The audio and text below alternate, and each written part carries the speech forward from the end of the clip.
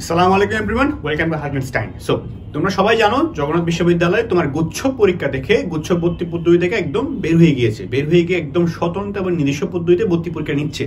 So এবং কিছুদিন আগেই জগন্নাথ বিশ্ববিদ্যালয় থেকে তোমার প্রশাসন থেকে কি দেওয়া হয়েছে, একটা সার্কুলার প্রকাশন করা হয়েছে যে তারা কিভাবে পরীক্ষা নিবে, কখন অ্যাপ্লিকেশন শুরু হবে, কি হবে না হবে সবকিছু নিয়ে একটা বেশ ভালো একটা সার্কুলার তারা দিছে। সো তোমাদের মধ্যে অনেক কনফিউশন আসছে যে ভাই কি করতে হবে, কত পয়েন্ট পেতে হবে অ্যাপ্লিকেশন করার জন্য, হ্যাঁ পরীক্ষা কেমন হবে না হবে সবকিছুই আজকে ভিডিওটা, যেখানে তোমার জগন্নাথ বিশ্ববিদ্যালয়ে তোমার অ্যাপ্লাই করতে গেলে কত পয়েন্ট লাগতে পারে, মানে জিপিএ কত লাগতে পারে, কখন অ্যাপ্লিকেশন শুরু হবে, কখন শেষ হবে, এই সবকিছু নিয়ে এবং সবকিছু নিয়ে আমরা আজকে ডিসকাশন করবো। ঠিক আছে, ডিসকাশনটা হবে। সো প্রথমেই দেখো, ওকে ফাইন। সো দেখো, প্রতিবারের মতো জগন্নাথ বিশ্ববিদ্যালয়ে আগে লিখিত ছিল, মাঝখান দিয়ে গুচ্ছতে আসার পর থেকে তার লিখিত একটু বন্ধ ছিল, বিকজ গুচ্ছতে লিখিত ছিলই না। সো আগের মতো আবার দেখো কি হয়। প্রথমে দেখো, জমার অ্যাপ্লিকেশন কিন্তু শুরু হচ্ছে ডিসেম্বর 1 তারিখ থেকে। 2024 সালের অ্যাপ্লিকেশন কবে শুরু হচ্ছে? 1 তারিখ থেকে শুরু হচ্ছে, মানে হলো তোমার আজকে ক তারিখ, আজকে আমি যখন ভিডিও রেকর্ড করতেছিলাম আজকে হলো তোমার 29 তারিখ নভেম্বরের। ঠিক আছে, তো ডিসেম্বর 1 তারিখ থেকে তোমার অ্যাপ্লিকেশন শুরু হচ্ছে এবং শেষ হবে 15 তারিখ। ওকে, 15 তারিখ তোমার অ্যাপ্লিকেশন শেষ হচ্ছে। তারপর হলো তোমার প্রাইমারি অ্যাপ্লিকেশন ফিটা হলো কত, তোমার যেটা সিলেকশন 40,000 কে ওরা কি করবে, 40,000 পরীক্ষার্থীকে এখানে একটা ইউনিটে তোমার সিট হতে পারবে, বুঝতে পারবে। সো প্রথম তোমার প্রাইমারি অ্যাপ্লিকেশন ফি হলো 100 টাকা। কত টাকা? 100 টাকা primary application fee. Then final হলো পার ইউনিট 700 টাকা করে। ঠিক আছে, পার ইউনিট কত টাকা? 700 টাকা ফাইনাল ফি। মিনস তোমার যদি কি হয়, তোমাকে প্রথমত 100 টাকা দিয়ে অ্যাপ্লিকেশন করতে হবে, তারপরে অ্যাপ্লিকেশন তুমি সিলেক্ট হইলে 40,000 তুমি থাকলে দেন তুমি 700 টাকা দিয়ে ফাইনাল কি করতে পারবা, অ্যাপ্লিকেশন করতে পারবা। ওকে, সো আই হোপ ফি নিয়ে টাকা নিয়ে তোমাদের বিষয়টা ক্লিয়ার হয়ে গেল। তারপরটা হইলো, এখন দেখো যে ভাই কারা কারা অ্যাপ্লাই করতে পারবে এখানের মধ্যে। ঠিক আছে, সো তোমার যদি অ্যাপ্লাই করতে হয় এই 100 টাকা, মানে যেটা প্রাইমারি অ্যাপ্লিকেশন ফি। সো এই প্রাইমারি অ্যাপ্লিকেশন করতে গেলে তোমার কি লাগবে, তোমার অ্যাপ্লাই করতে হবে এসএসসি এবং এএসসি। এখানে ফ্লেক্সিবিলিটি আছে, যারা 21 সালে এসএসসি পরীক্ষা দিছে, যারা 22 সালে এসএসসি পরীক্ষা দিছে, সো তারা কি মানে যারা 21 সালে পাস করেছে এসএসসি পরীক্ষা এবং যারা 22 সালে এসএসসি পরীক্ষায় পাস করেছে, তারা বা সমমান পরীক্ষা, তারা দুজন কিন্তু কি তোমার বুঝতে পারবে। বাট এইচএসসির ক্ষেত্রে গেমটা চেঞ্জ, বারবার ধরে এটা আবার চেঞ্জ আসলো, আগেও ছিল না সেকেন্ড টাইমার, এখনো সেকেন্ড টাইমার দিচ্ছে না তারা।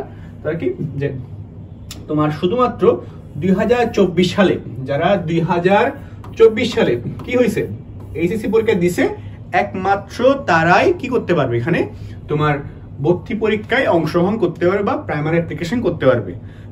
মিনিং কি? মিনিং হলো নো সেকেন্ড টাইমার, কোনো সেকেন্ড টাইমার নাই। ওকে, সো তোমরা যারা সেকেন্ড টাইম, এটা অবশ্যই একটা, আমি কখনো পার্সোনালি সেকেন্ড টাইমার না থাকাকে কখনো সমর্থন করি না, বাট দিয়ে দিছে, কিছু করার নাই। সো সেকেন্ড টাইমার নাই। ঠিক আছে, বাট 24 সালে কি হয়েছে, 24 সালে যারা এইচএসসি পরীক্ষায় পাশ করেছে তারা একমাত্র পরীক্ষায় অংশগ্রহণ করতে পারে। বাট যারা 21 সালে এবং 22 সালে এসএসসি পরীক্ষায় পাশ করেছে তারা কিন্তু কি তোমার বুঝতে পারবে পরীক্ষা দিতে। মিনস ইমপ্রুভমেন্ট যারা দেয় পরে পরীক্ষা দিয়ে আবার এরা আর কি। ঠিক আছে, সেক্ষেত্রে সো কারা অ্যাপ্লাই করতে পারবে তোমরা বুঝতে পারছো আই গেস। তারপরটা হলো তোমার কি, এবার দেখো আরেকটা ইম্পর্টেন্ট পার্ট, যে রিকোয়ারমেন্টটা কি। এবার ধরো আমরা, তুমি বলছো ভাই ঠিক আছে আমি এটাতে এলিজিবল হইলাম, রিকোয়ারমেন্টটা কি? এবার এলিজিবল হলেই হবে না, তুমি এসএসসি পরীক্ষা 24-এ দিলা তাহলেই হবে না, বা এসএসসি পরীক্ষা 21-22 সালে তাহলে কিন্তু হবে না। কি করা লাগবে তোমার? প্রতিবারের মতো যে তুমি যদি এটা হলো কাজ, এটা হলো সি ইউনিট, আমি কিন্তু এই ভিডিওটা সি ইউনিট নিয়ে করতেছি। ঠিক আছে, সো সি ইউনিট মানে হলো বিজনেস স্টাডিজ ইউনিটকে নিয়ে করতেছি। ঠিক আছে, তো তুমি যদি হিউম্যানিটিস থেকে পরীক্ষা দাও তোমার এসএসসি 3.50 লাগবে, এইচএসসি 3.50, আর বাট টোটাল 7 তোমার লাগবে। মিনস তুমি যদি হিউম্যানিটিস থেকে সি ইউনিট এক্সাম দাও তোমার এসএসসি তে 3.50, এসএসসি 3.50 এবং তোমার টোটাল জিপিএ 7 লাগবে।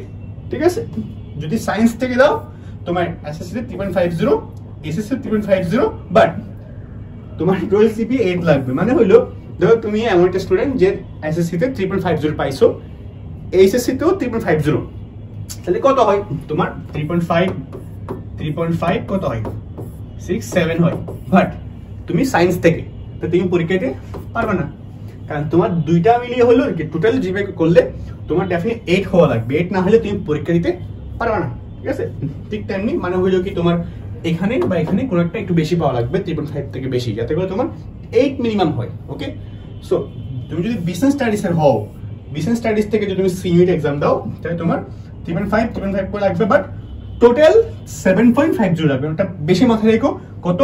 7.50, যারা বিজনেস স্টাডিজ থেকে আসতেছো। ওকে, তো তোমার এটা থাকলে তুমি পরীক্ষায় অংশগ্রহণ করতে পারবা।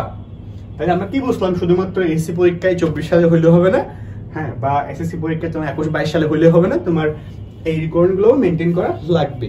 সো এগুলো মেনটেন করতে পারলে, এগুলো যদি তোমার সাথে মিলে যায়, কংগ্রেস, তুমি পরীক্ষায় বসতে পারছো।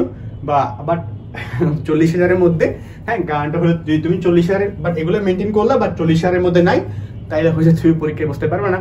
সো আই গেস এগুলো যাদের হবে তারা মোটামুটি হয়ে যাবে, ঠিক আছে।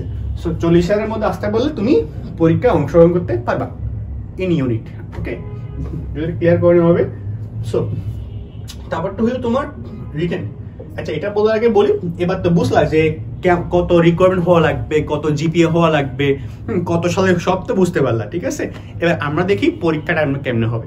হ্যাঁ, এখন পর্যন্ত এখন আমি যেটা বলি তখন দেখো কি যে পরীক্ষার, আচ্ছা ওয়েট একটু কেটে দেই যাতে করে তোমরা বুঝতে পারছো, বাট না হলে একটা স্ক্রিনশট নিয়ে রেখো, দেখতে ইজি হবে যদি তোমার মার্কিংগুলো ইম্পর্টেন্ট তোমার কাছে মনে হয়, ঠিক আছে। সো তারপর দেখো, এবার দেখো ভাইয়া আপনি যে সব বলেন এবার পরীক্ষা কিসে কিসে হবে, তো তুমি সব কিছু তুমি ক্রাইটেরিয়াতে তুমি এলিজিবল হইলা, ঠিক আছে। সো পরীক্ষা হবে হইলো রিটেন, জগন্নাথে কিন্তু রিটেন আছে। ওকে, সো শুধু এমসিকিউ প্রিপারেশন নিলে হবে না, তোমার রিটেন প্রিপারেশন লাগবে। তোমার পরীক্ষাটা হবে 72 মার্কসের। কত মার্কসের? 72, যেখানের মধ্যে তোমার 48, কত 48 হয় রিটেনের মধ্যে, 48 থাকবে রিটেনে, আর 24 থাকবে এমসিকিউ। একটু ওকে, সো এটা বেশ একটু কি মানে কাইন্ড অফ হার্ড হয়ে যাবে ডেফিনেটলি। সো তোমার 48 রিটেন, এমসিকিউ 24, সো একটু বেশ টাফ, আমার মনে হচ্ছে বেশ টাফ একটা কোয়েশ্চেন সেট করতে যাচ্ছে। সো ভালো মতো পড়াশোনা করতে হবে অবশ্যই। ওকে, ফাইন। তারপরটা হলো তোমার একটা বিষয় হলো, এটা তো বুঝতে পারলা যে কোয়েশ্চেন কেমন কেমন হচ্ছে, বাট আরেকটা বিষয় তোমরা অনেকে বলতে ভাই তাহলে 48 রিটেন, ঠিক আছে, তাহলে 48 রিটেন যদি হয় আমাকে একটু বলেন, তাহলে 48 এর মধ্যে কি কোখান থেকে প্রশ্ন হবে? হ্যাঁ, আমি চাইলে তোমাকে আগের ভার্সন বলতে পারতাম, বাট জগন্নাথ ইউনিভার্সিটি এখন পর্যন্ত ক্লিয়ার করে নাই যে রিটেন ঠিক কোন কোন জায়গা থেকে কোয়েশ্চেন হবে, ঠিক আছে। সো মানে কেমন কেমন কোয়েশ্চেন হবে, ঠিক আছে। সো ওটা যাতে ক্লিয়ার করে নেই, আমি একটা আন্দাজে একটা তথ্য তোমাকে দিব না, ঠিক আছে, দিয়ে হুদায় একটা টেনশন করবা, হুদায় একটা ভীতিকর পরিস্থিতি তৈরি হওয়ার দরকার নেই। আমরা এটা নিয়ে ক্লাস করতেছি।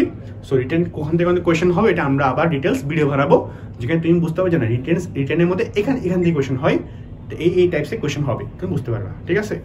সো আরেকটা বিষয়, প্রতিটা ভুল মার্কের জন্য, প্রতিটা 1 নাম্বার মানের জন্য, 1 নাম্বার মানের ভুলের জন্য তোমার 0.25 করে কাটা যাবে।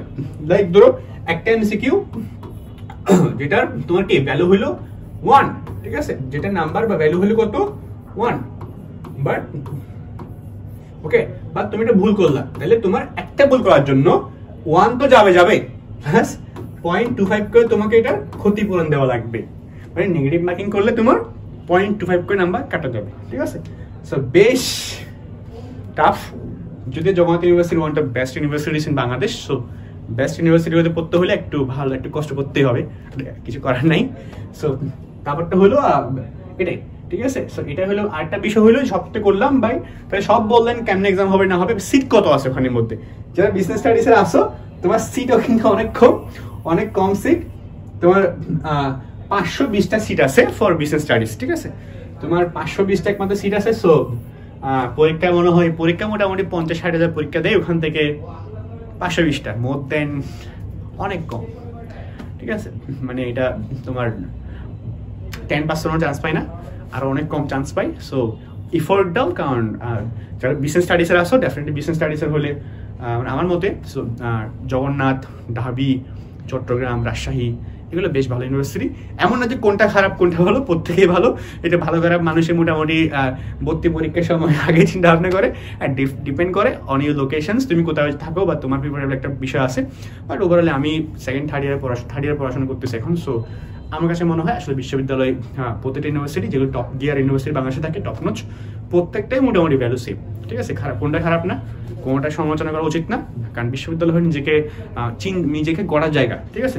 হ্যাঁ, জগন্নাথ ভালো, এই রাজশাহী খারাপ, চট্টগ্রাম, এই ধরনের ডিফারেন্সিয়েট করো না ভাই, এগুলো এখন টাইম না, তুমি আগে চান্স পাও দেন করো, ঠিক আছে? আর এগুলো ফার্স্ট ইয়ারে থাকে, আর সেকেন্ড থার্ড ইয়ার থেকে উঠলে বুঝতে পারবে আসলে প্রত্যেক ইউনিভার্সিটি ওখানে যে টিচারগুলো ক্লাস নেয় ওই টিচারগুলো ওই ফ্যাকাল্টি অনেক ভালো।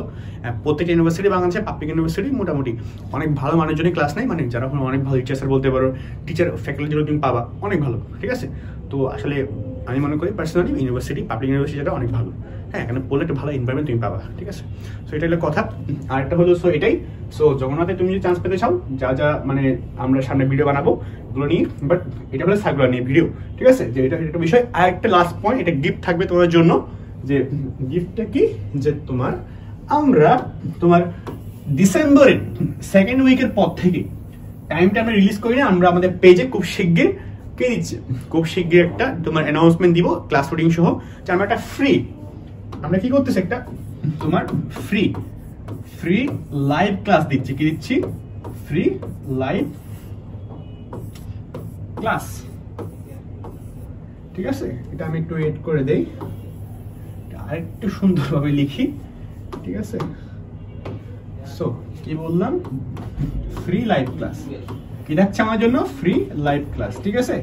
ওকে, সো তোমরা যারা হলো কি তোমাদের মধ্যে অনেকে আসো ভাই কেমন প্রিপারেশন নিব না বুঝতে পারছো না, গাইডলাইন নিয়ে বেশ ব্যাক পেতে পারছো, বুঝতে পারছো না, সবার জন্য আমরা কি রাখতেছি, তোমার সেকেন্ড উইক থেকে ফ্রি লাইভ ক্লাস থাকতেছে। ওকে, সো লাইভ ক্লাসগুলোর মধ্যে তোমরা যারা ভালো ভালো ইউনিভার্সিটি আছে, যারা মোটামুটি চান্স পাইছে, জগন্নাথ চান্স পাইছে, সো ওদের লাইভটা তুমি পাবা। যে লাইভ ক্লাস নিয়ে আমরা সামনে অ্যানাউন্সমেন্ট আরো দিব। সো কি হচ্ছে না এখানে তোমার অ্যাকাউন্টিং, ফাইন্যান্স ম্যানেজমেন্ট বা কি থাকতেছে না সবকিছু নিয়ে আমরা ডিটেলস একটা ভিডিও দিব, বা আমরা একটা জানাবো জিনিসটাকে, ঠিক আছে? সো এটা মাথায় রাখো, সেকেন্ড উইক থেকে লাইভ ক্লাস থাকতেছে তোমার জন্য, যেখানে আমাদের পুরা অ্যাডমিশনটাকে তুমি চাইলে ফ্রিতে করতে পারো। Okay, so don't miss the chance. হ্যাঁ, আমরা একটা গোল ফর্ম দিব, প্লিজ গোল ফর্মটা ফুলফিল করো, চাইলে তোমার ক্লাসটা তুমি পাবা, ঠিক আছে? সো এটাই, দেখা হচ্ছে পরবর্তী কোনো ভিডিওতে। টিল দেন, আল্লাহ হাফেজ।